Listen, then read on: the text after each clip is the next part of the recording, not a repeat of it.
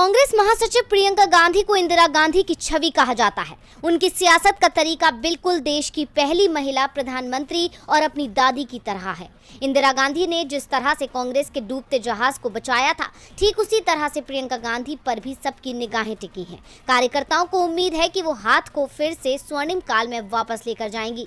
वहीं इन उम्मीदों के बीच अब प्रियंका गांधी ने दक्षिण में मोर्चा संभाल लिया है। खासकर उनका फोकस तेलंगाना पर है, इसीलिए वो लगातार मंथन कर चुनावी रणनीति तैयार कर रही हैं। हाल ही में उन्होंने तेलंगाना के नेताओं से मुलाकात की। इस दौरान 3 सांसद रेवंत, वेंकट और एन उत्तर कुमार रेड्डी के अलावा विधायक दल के नेता भट्टी विक्रमार्का, एमएलसी जीवन रेड्डी, प्रचार और चुनाव कमेटी के चेयरमैन मधु याष्की गौड़ और दामोदर राज नरसिम्हा मौजूद रहे। जानकारी के मुताबिक मीटिंग के दौरान प्रियंका गांधी ने मुनुगोडे उपचुनाव पर चर्चा के साथ ही कोमाती रेड्डी, वेंकट रेड्डी और तेलंगाना कांग्रेस प्रमुख रेवंत रेड्डी के बीच के मतभेद को दूर करने की कोशिश की। दक्षिण में इस वक्त पार्टी में छिड़ी कलह सबसे बड़ी परेशानी का सबब बना हुआ है।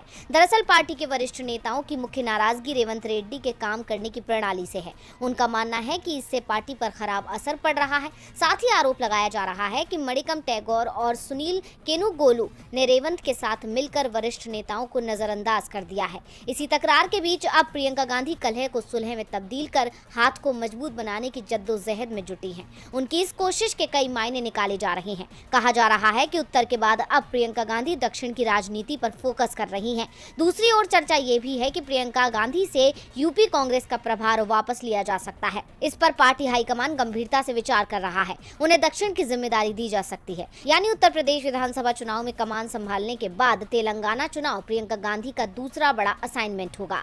इस नई जिम्मेदारी से बीजेपी के माथे पर बल पड़ सकते हैं, क्योंकि दक्षिण राज्य में वैसे ही वो कमजोर है। ऐसे में अगर प्रियंका की पॉलिटिक्स ने कमाल कर दिया तो उसका दम निकल सकता है। अब देखना होगा कि मिशन दक्षिण पर प्रियंका क्या करती है। 2019 के लोकसभा चुनावों में मिली शिकस्त के बाद राहुल गांधी ने कांग्रेस के अध्यक्ष पद से इस्तीफा दे दिया था। उसके बाद से ये पद खाली है। इस साल 5 राज्यों में हुए विधानसभा चुनावों में फिर से कांग्रेस को हार का मुंह देखना पड़ा। उसके बाद सोनिया गांधी को कांग्रेस का अंतरिम अध्यक्ष बनाया गया, लेकिन कांग्रेस के पंजे को मजबूत करने के लिए फुल टाइम अध्यक्ष की जरूरत है। कांग्रेस चाहती है कि राहुल एक बार फिर पार्टी अध्यक्ष बने। राहुल गांधी अध्यक्ष बनेंगे या नहीं, ये 20 सितंबर तक साफ हो जाएगा। फिलहाल राहुल गांधी भारत जोड़ो यात्रा पर फोकस कर रहे हैं। सोमवार को इसकी तैयारी को लेकर राहुल गांधी कॉन्स्टिट्यूशन क्लब में सिविल सोसाइटी के लोगों और प्रमुख हस्तियों से मिले। कांग्रेस पार्टी 7 सितंबर से पूरे देश में भारत जोड़ो यात्रा शुरू करने जा रही है। कन्याकुमारी से लेकर कश्मीर तक चलने वाली ये यात्रा 150 दिनों तक चलेगी। इस दौरान 3500 किलोमीटर का सफर तय किया जाएगा। यात्रा में राहुल गांधी के साथ कांग्रेस के कार्यकर्ता और अलग अलग हिस्सों से नेता जुड़ेंगे। कांग्रेस महासचिव जयराम रमेश के मुताबिक यात्रा के जरिए कांग्रेस पार्टी देश के 12 राज्यों और 2 केंद्र शासित प्रदेशों को कवर करेगी। उदयपुर में कांग्रेस के चिंतन शिविर में राहुल गांधी ने भारत जोड़ो यात्रा निकालने की घोषणा की थी। शिविर के अंतिम दिन अपने भाषण में राहुल ने कहा था, हम फिर जनता के बीच जाएंगे, उससे अपने रिश्ते मजबूत करेंगे और ये काम शॉर्टकट से नहीं होगा, ये पसीने से होगा, यानी कड़ी मेहनत से। अप्रैल में कांग्रेस अध्यक्ष सोनिया गांधी के आवास पर एक प्रेजेंटेशन के दौरान प्रशांत किशोर ने कांग्रेस हाईकमान को कई सुझाव दिए थे। इनमें से एक सुझाव देश के अलग अलग हिस्सों में करीब 200 प्रभावी लोगों, एक्टिविस्ट और सिविल सोसाइटी के लोगों से संपर्क स्थापित करना था। भारत जोड़ो यात्रा उस सुझाव में से एक माना जा रहा है। राहुल गांधी भी कई बार कह चुके हैं कि देश को समझने के लिए पहले लोगों को समझना होगा। अब राहुल गांधी इस यात्रा को अंतिम रूप देने में लगे हुए हैं। भारतीय जनता पार्टी पर विपक्ष की तरफ से ये आरोप लगते हैं कि वो अब गुंडों की पार्टी बन चुकी है। हालांकि बीजेपी आरोपों को खारिज करती है, लेकिन बीजेपी के ही नेता अक्सर कुछ ऐसा कर जाते हैं जिससे बीजेपी की कथनी और करनी में अंतर साफ साफ नजर आ जाता है। और अब एक बार फिर बीजेपी अपने ही एक नेता के बयान के चलते घिर गई है। दरअसल गुजरात में वलसाड़ के विधायक भरत पटेल का एक विवादित बयान सामने आया है।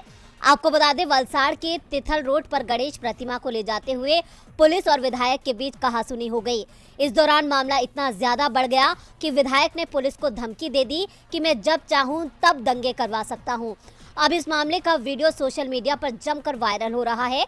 आपको बता दें कि विधायक साहब पुलिस पर अपना रौब झाड़ते नजर आ रहे हैं, जबकि इंस्पेक्टर उनसे शांति व्यवस्था की गुजारिश कर रहे हैं। अब इस मामले में सिर्फ बीजेपी की दादागिरी देखने को मिल रही है कि कैसे बीजेपी नेता और विधायक सिर्फ आम जनता में ही नहीं बल्कि पुलिस में भी अपना खौफ पैदा करने की कोशिश करते हैं।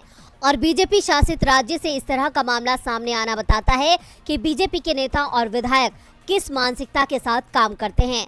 अब गुजरात चुनाव से पहले बीजेपी विधायक के इस बयान ने बीजेपी के लिए मुश्किलें पैदा कर दी हैं। जाहिर है अब विपक्ष को सत्ताधारी पार्टी को घेरने का एक बार फिर मौका मिल गया है, क्योंकि दूसरों पर गुंडागर्दी करने का आरोप लगाने वाली बीजेपी की असलियत उसके ही विधायक ने सामने ला दी है। इतना ही नहीं, इस घटना से साफ है कि बीजेपी शासित राज्य में पुलिस की भी नहीं चलती।